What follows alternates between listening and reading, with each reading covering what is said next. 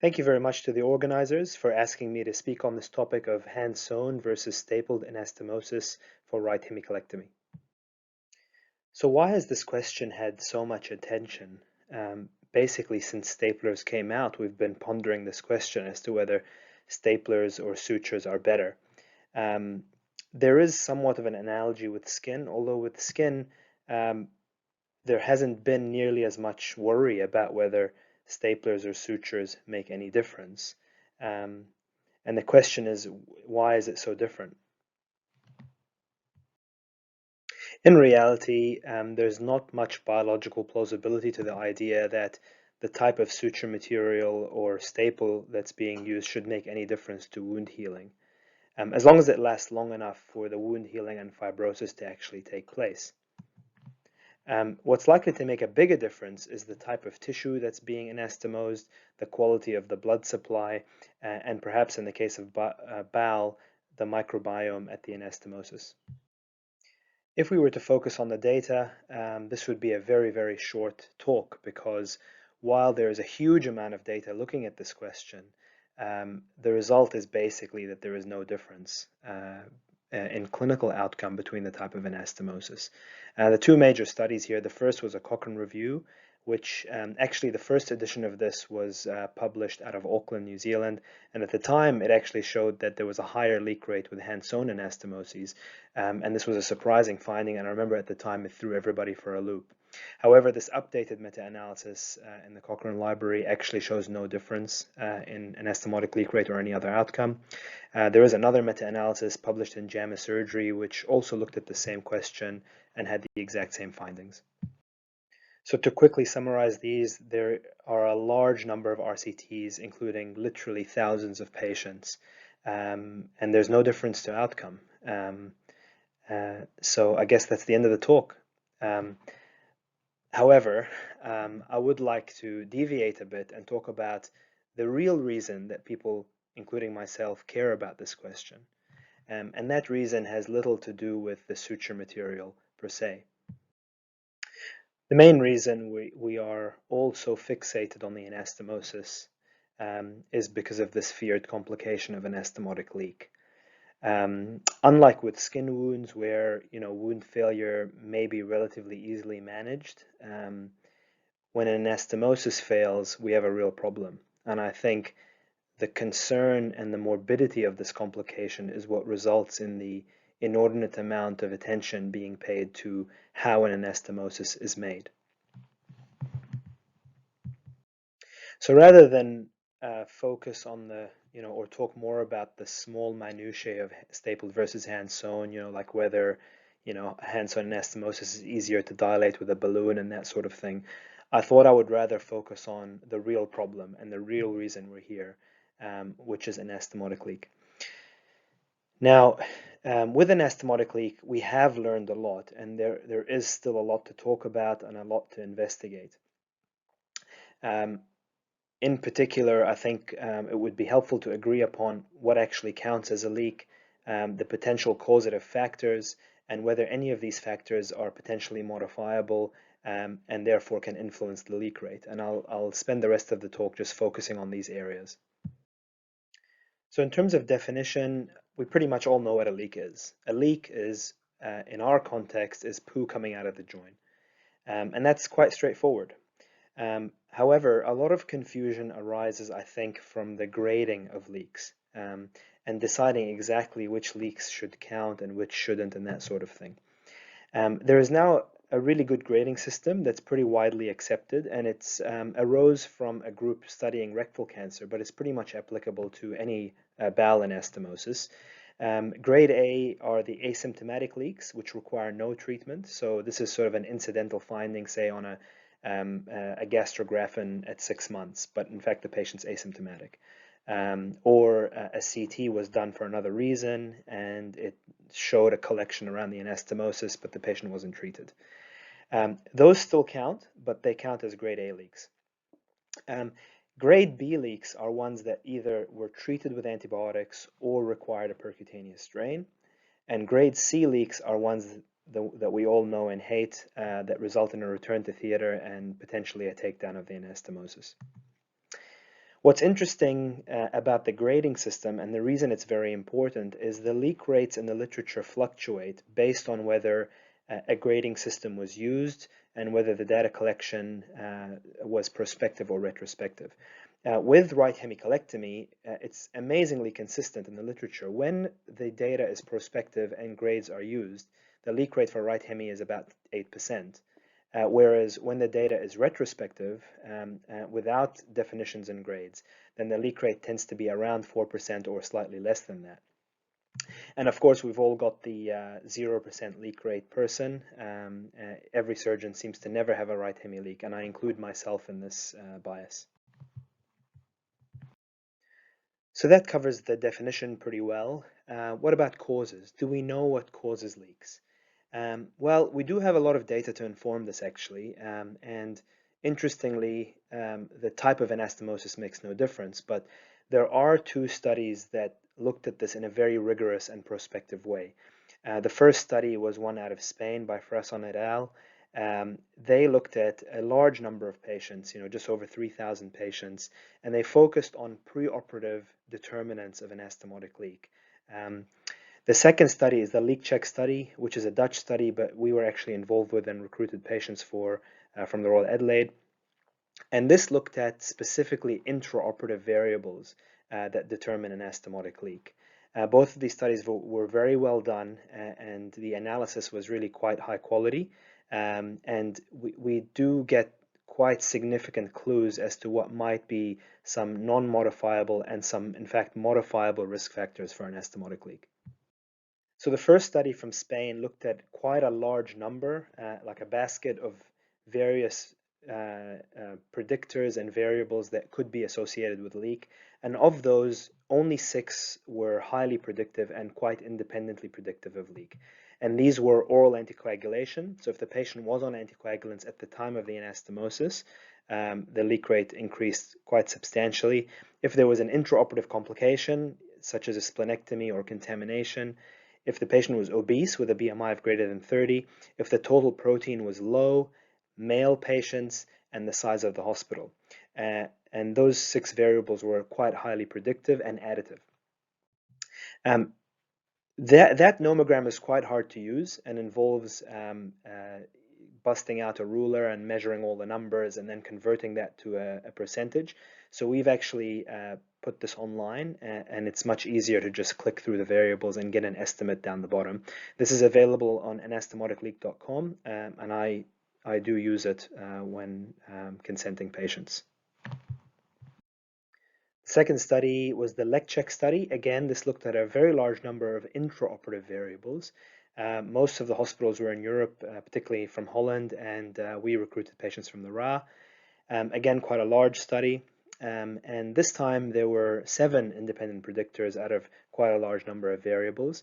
Interestingly, anemia at the time of the anastomosis increased the leak rate by a factor of 5. Intraoperative contamination by a factor of 3, and hyperglycemia by a factor of 3. The duration of the operation, the need for inotropes, and interestingly, epidural use all approximately doubled the leak rate.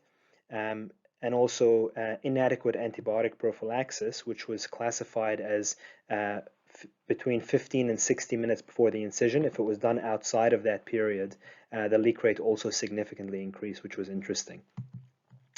What was also fascinating about the study is how quickly the leak rate increased with each additional variable.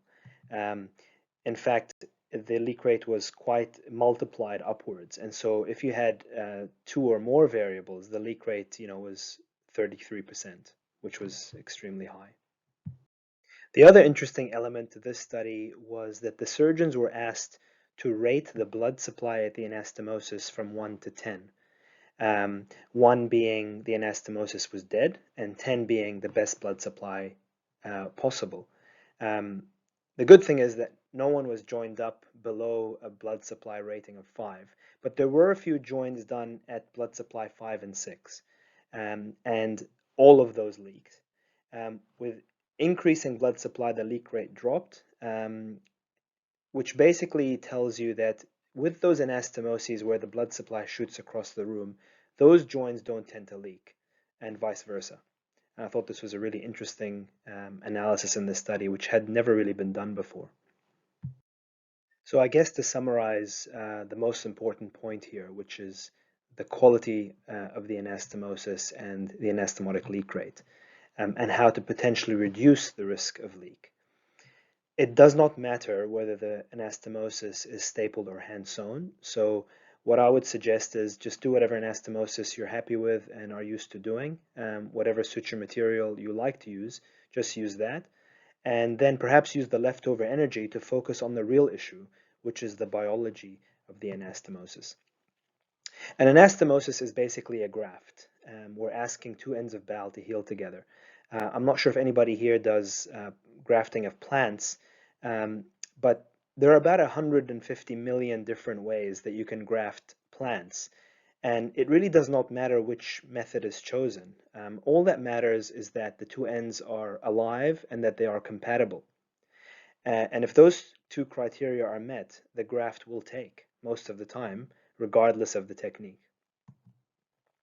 Having said that, there are variables that influence whether our anastomosis is going to heal or not, regardless of technique.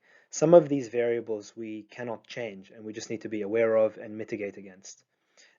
Some variables we can change, and I'll cover those next, but the non-modifiable risk factors are male gender, BMI greater than 30, inotrope requirement in theater, and an intraoperative complication, including contamination.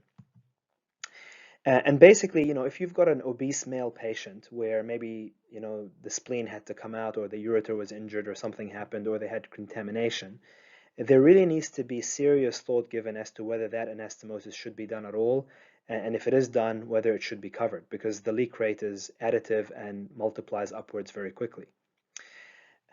The other approach for these non-modifiable risk factors is to use the calculator to estimate risk preoperatively and to decide with the patient and get appropriate consent about whether they want an anastomosis and whether they want a stoma, depending on their risk profile. There are risk factors which potentially can be changed. Anemia is very highly correlated with anastomotic leak. It remains very unclear whether preoperative blood transfusion will make any difference to this, but at the very least, iron infusion should be considered in anemic patients, as this has repeatedly been shown to improve outcome, including things like septic complications. Hyperglycemia, also associated with leak. Again, it's a little bit unclear whether tighter blood sugar control will make any difference to this, but potentially it might, and in fact, that's the subject of the follow-up to the leak check study. Antibiotics timing is pretty critical. With prophylactic antibiotics, it is important that these are delivered between 15 and 60 minutes before the incision. This definitely reduces wound infection rates and potentially reduces leak rates. Postoperative medication use and intraoperative medication use, I think, we tend to underrate that as a potential cause of anastomotic leak. There is considerable evidence that non-selective NSAIDs such as Voltaren and Nurofen increase the leak rate. In fact, they double the leak rate. It's a little bit unclear whether COX-2 inhibitors like celecoxib have this effect as well, but I don't use them. And the reason I don't use them is because the data is unclear, and the data is clear for non-selective NSAIDs. So until that safety issue is clarified, I would generally suggest that NSAIDs should probably be avoided, despite the fact that they are recommended in quite a few ERAS protocols. Anticoagulants definitely increase the leak rate, and in general, I would suggest that we need to be very careful about stopping anticoagulation, including things like fish oil, which are underrated anticoagulants, in a timely fashion before surgery, and particularly in high-risk patients, consider waiting a period of time before restarting them, at least until the window of anastomotic leak has closed. Obviously, this needs to be balanced against the risk of embolic events and that sort of thing, depending on the patient. The only technical factor that's ever been shown to be correlated with anastomotic leak is the perfusion at the anastomosis. And I think if we're going to focus on any technical issue, it should be really to maximize the blood supply at the anastomosis. And this includes having a pulsatile marginal blood supply in the mesentery, but also ensuring that there is sufficient good blood supply at the seromuscular and mucosal ends. Got to remember that the anastomosis doesn't just need to be alive, it needs to be fairly healthy. And so the more blood supply of the anastomosis, the less likely they are to leak. And I think that's been shown from the leak check study. So no surgical talk is complete without a single center, single surgeon case series. I thought if I'm going to be giving a talk like this, I better put my money where my mouth is and present my data.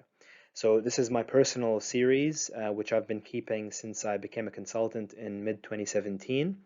The data is prospective, and all the patients were either in leak check or an RCT, and therefore fairly high quality prospective data collection. I don't think we missed any leaks. 200 resections, of which 169 had an anastomosis in both the elective and emergency settings, and most of these were done by the colorectal fellow under supervision. I have been aggressive, though, about certain aspects. So I have, for elective patients, been using the calculator in the consenting process and to decide about who gets an anastomosis and who doesn't in terms of the risk. I also aggressively stop NSAID use intra and post-operatively, and similarly very cautious with anticoagulation. So the vast majority of these patients were not on any anticoagulation other than prophylactic Clexane for 2 weeks post-op. There were some rare exceptions of very high-risk patients for embolic events, and in those patients I might start it earlier, but very rarely. I also make a really bloody anastomosis, and any fellow or consultant that's been in theater will attest to this. The fellows have to spend a lot of time oversewing bleeders at the anastomotics line, and I do as well. So a fair smattering of different types of joints. 15% of patients had a covering stoma, but the vast majority of these were low and ultra-low anterior resections after radiation. And with this policy, the leak rate has been low. I have had 4 leaks in total. 2 were grade A leaks, which were completely asymptomatic and picked up on incidental imaging many months after the anastomosis was made. Neither of those patients are defunctioned, and neither have required any treatment. I've also had 2 post-operative collections adjacent to the anastomosis, which were clinically significant and were treated with antibiotics only. I have not had a single patient return to theater or have a percutaneous strain for an anastomotic leak since mid-2017. Now, obviously, this could all change in the next week. If I have 3 leaks in the next week, all of this would have been for nothing. And I guess that's why this data is crap. Nevertheless, I thought it was interesting to present that here. Also, finally, I do make a stapled side-to-side anastomosis for right hemicolectomies using an NTLC 75 and a TA 90. However, I don't think this makes any difference to the leak rate. So thank you very much for listening and for the opportunity to speak to you today. Happy to take any questions at the end. Cheers.